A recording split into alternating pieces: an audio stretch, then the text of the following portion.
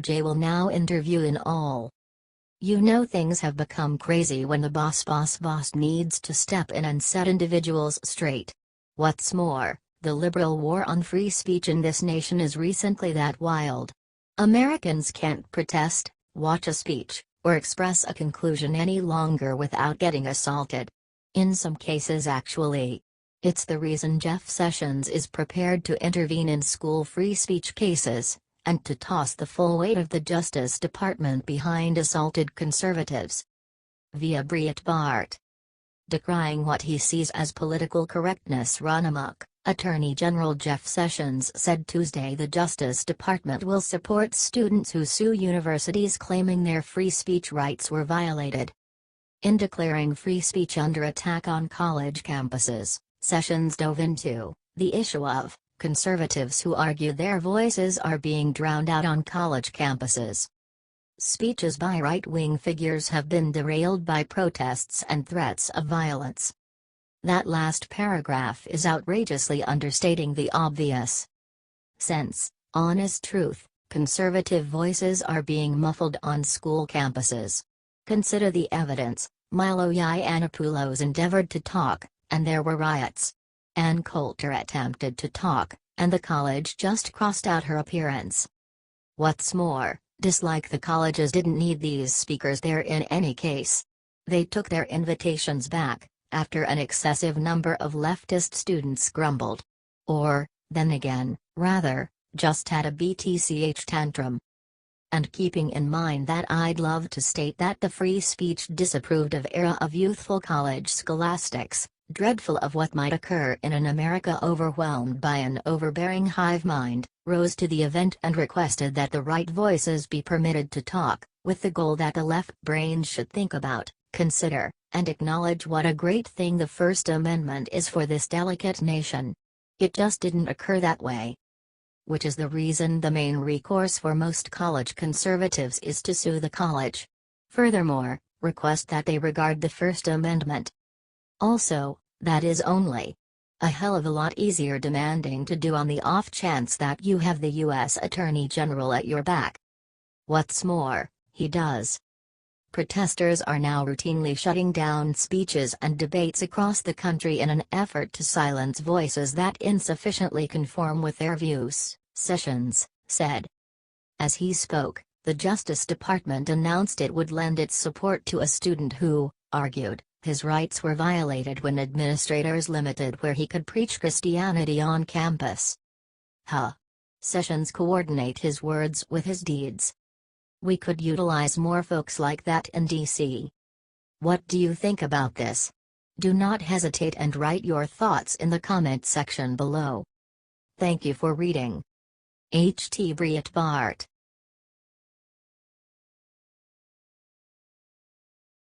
Bombshell. Fed-up state is bringing back controversial welfare requirement, Obama is livid. Government entitlement programs seem like a smart thought. On paper.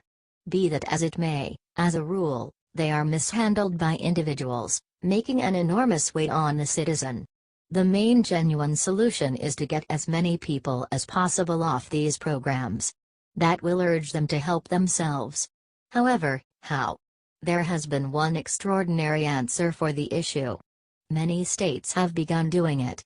Presently one more is joining their ranks. Via Conservative Tribune. According to the Tennessean, Governor Bill Haslam, a conservative Republican, announced this week that his state will reinstate the work requirements nearly a decade after they were waived. As of February 1, 2018, most Tennessee counties will require able-bodied adults who do not have dependents to work 20 hours a week at a job, getting education or training, or volunteering. Recipients will have 90 days to comply with the new regulations once they take effect. When we hit record low unemployment 3 months in a row, then it comes a time to look around and say, are we doing everything the right way? We looked at this and thought, it's hard to justify a waiver. Approximately 58,000 food stamp recipients in Tennessee will be affected by the new requirements, and, if history is any indicator, that means the food stamp rolls are going to plummet. As Fox News notes, similar changes in 13 Alabama counties led to an 85% drop in able-bodied food stamp recipients who didn't fulfill work requirements between January and May of this year. 3 counties in Georgia that instituted the requirements saw a 58% drop in adults receiving benefits. When the program was expanded to 21 more counties, a 62% drop was noted. The prerequisites are not all that much. 20 hours a week is fundamentally low-maintenance work. What's more, this prerequisite is gone for capable grown-ups without any wards. That implies single grown-ups who can undoubtedly look for some kind of employment. However, at whatever point this prerequisite is established, enlisted in these projects plummets. Why? Since these individuals either would prefer not to look for some kind of employment, and lose their advantages, or they look for some kind of employment and choose they don't want handouts. It's a win-win by any metric. While it's extraordinary that the administration needs to help individuals, on your dime, individuals should need to gain their own particular keep. Gaining cash yourself implies you have the ability to choose how you need to live. You won't have the administration breathing down your neck, restricting your alternatives. That is something we should all embrace. What do you think about this? Do not hesitate and write your thoughts in the comment section below.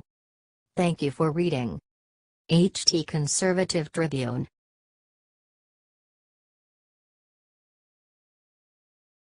No one expected this. This man just leaked the disgusting truth NFL is desperate to hide from American people. Stuart Varney has now joined Fox and Friends on Monday to discuss the NFL national anthem controversy. This Sunday, 200 NFL players and staff knelt down to protest the national anthem. Varney reminded the whole Fox and Friends nation that the NFL stadium has gathered $1 billion in government endowments. He said, "There's $1.1 billion in direct subsidies from taxpayers to the NFL. Taxpayer subsidies go to the building of stadiums. There have been 20 new NFL stadiums since 1997. All of them have received a degree of taxpayer subsidies. That is shocking. Watch him underneath. Amazing. They don't respect the nation, yet all these NFL groups utilize citizen funds to build their gigantic stadiums." As indicated by Fox Sports, the American public has burned through $7 billion to build and revamp NFL stadiums in the course of the most recent 20 years. The U.S. citizen regularly pays 46% of the cost to construct these tasks. It's an ideal opportunity to cut them off. Offer this on the off chance that you concur. The NFL doesn't respect us. For what reason would it be a good idea for us to regard them? God bless this nation and every one of those that have died and battled for it. What do you think about this? Do not hesitate and write your thoughts in the comment section below. Thank you for reading.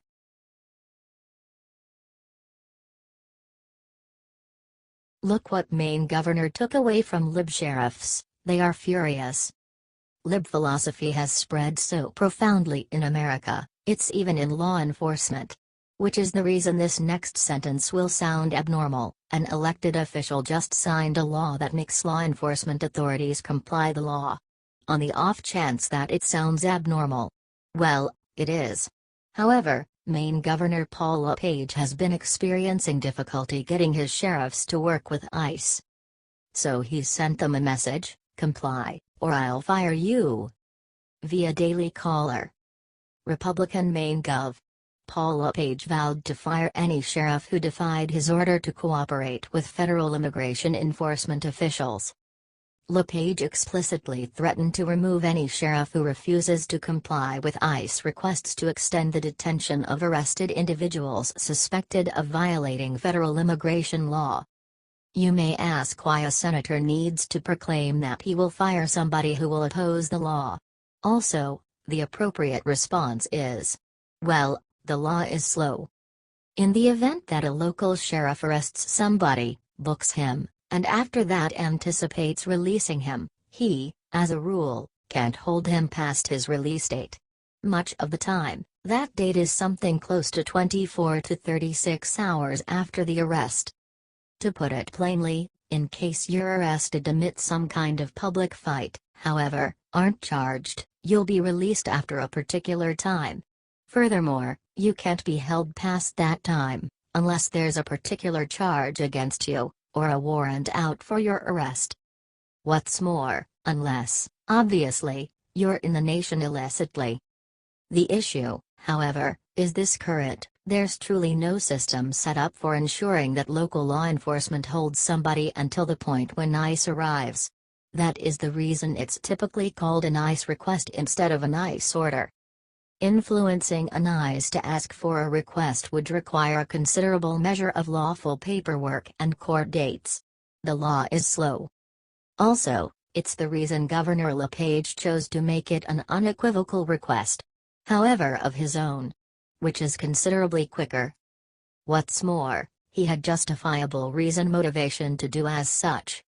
The governor's announcement, which references his authority to dismiss sheriffs who defy his orders, appears to be directed at Cumberland County Sheriff Kevin Joyce. Joyce informed ICE that he would not comply with requests to detain arrested individuals beyond their scheduled release date, absent a warrant. You mean a sheriff boldly opposed government law? What's more, the governor needed to remove the time from his date to let him know he'd be let go. In any event, a few people see how to carry out their jobs.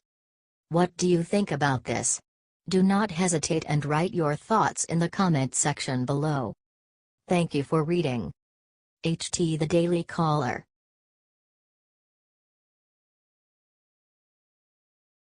No one expected this. Hillary Clinton is terrified at what a federal judge just ordered to be made public. On the off chance that one thing conservatives never appear to beat, it's the energy of Hillary's corruption. That appears to be invincible, regardless of the possibility that her presidential campaign wasn't. The actuality is the main genuine loss that Clinton suffered, after she gave law, order, and transparency the middle finger, again and again, was her campaign loss. Which is to state, the punishment Clinton got for her unlawful activities was simply, well, you can't be president. Which is not really a punishment. Be that as it may, a large portion of the US doesn't appear to mind any longer. Fortunately for whatever remains of us, a couple of valiant legitimate wizards still care. Furthermore, they simply won a noteworthy triumph against Clinton, and now a judge has requested the points of interest of her email test to be made open. Via Daily Caller. A federal judge ordered the FBI Thursday to publicly release previously unseen documents related to the investigation into former Secretary of State Hillary Clinton's use of a private email server. U.S. District Judge James E. Boasberg ordered the FBI to produce uncensored court documents describing the grand jury subpoenas issued to force Clinton's internet service providers to turn over information related to her private server use. The caller, obviously, is utilizing its typical professionally subdued language. So let me interpret, for the average individual, it's about damn time. The FBI wants to turn over records identified with Hillary Clinton. To everybody. Furthermore, given that they were attempting to shroud this data a couple of days prior makes this decision particularly sweet. On the off chance that you review, Hillary's related messages were kept mystery by the FBI, even after a Freedom of Information Act request. The FBI denied the demand on the grounds that, get this, general society essentially didn't care. Or, on the other hand, in any event, that was the reason. So it's fitting that only a couple of days after the fact, a federal judge orders the FBI to begin talking. The conservative specialists concur.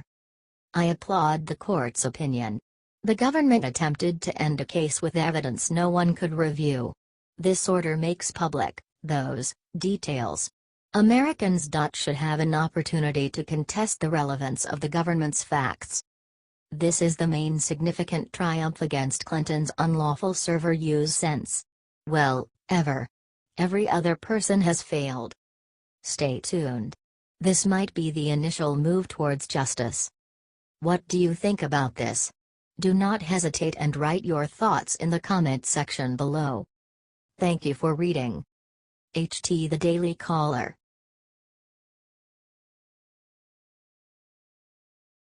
Back in the spotlight.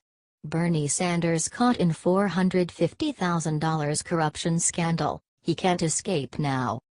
U.S. Senator Bernie Sanders, IVT, the self-declared socialist, has no issue with other individuals balance his bills. As per the Daily Wire, Sanders went to various states as a feature of his campaign for the presidency. Cities in those states detailed that he's neglected to pay $450,000 for security services used to protect him. Cities in Ohio, Arizona, California, Pennsylvania, Wisconsin, and Washington have all announced that Sanders has neglected to remunerate them for security services rendered to his campaign in 2016. Lachlan Markay, a staff writer for the Washington Free Beacon, posted a tweet of Sanders' exceptional obligations saying Bernie Sanders' campaign still owes a disputed $450,000 to cities where he campaigned. Clinton and Trump, on the other hand, have settled all 2016 debts. Rob Pyers, a finance data master for California Target Book, asserts in a tweet demonstrating Sanders' unpaid bill that he has $5 million to pay from campaign donations, however, hasn't utilized it for the obligations. As Bernie returns to CA, $5M plus left in his campaign account stiffs multiple CA cities for $327,000 in security costs. The arrival trip Pyers alludes to is an administrative push by Sanders to build up free universal health care through a solitary payer health bill, as indicated by Vox. The bill would see all U.S. residents required to be selected in Medicare inside 4 years.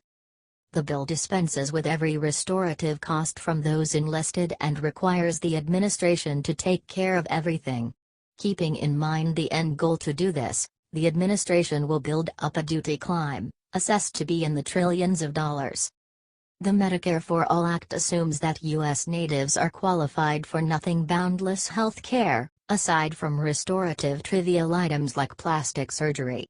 The conviction is that Americans would have the capacity to bear the cost of the tax hikes since they are never again paying for medical costs. In spite of not having a solid arrangement on the table to pay for it, Sanders trusts tax hikes and what cash the administration has ought to have the capacity to pay for it, by demonstrating the contemptuous state of mind Sanders appears to have for monetary obligation and money-related dissolvability. Shockingly, 33% of Democrats were upbeat to agree with Sanders on the bill. The captivating thing about Sanders neglecting to pay his security debts is that he should, hypothetically, be more than fit for paying for them, as indicated by an article in Time. In 2016, Sanders was assessed to have earned more than $1 million, generally from book royalties. The Greatest Worker, Our Revolution, distributed 7 days after President Trump was chosen, turned into a smash hit gaining him $795,000. Aside from his book deals, Sanders earns $174,000 from his work as a senator. Between the $1 million in individual salary and the claimed $5 million remaining over from his campaign coffers, Sanders ought to effectively have the capacity to pay off the $450,000 he owes for the security services given to him in the different cities he campaigned in. Despite the fact that it is conceivable that Sanders might be declining to pay out of principle, he is after every one of the solid against entrepreneur who's fixated on wage imbalance and censures cash's part in politics. His political position has additionally inclined towards a state of mind of another person should pay, while being uncertain of who or how. Maybe he's purposefully not paying these debts, trusting, similar to his voters, that somebody with more cash should pay for his costs. It'll be fascinating to check whether the city he visits in California will take care of everything again for his security detail, knowing he likely won't pay it. What do you think about this? Do not hesitate and write your thoughts in the comment section below. Thank you for reading. HT The Daily Wire.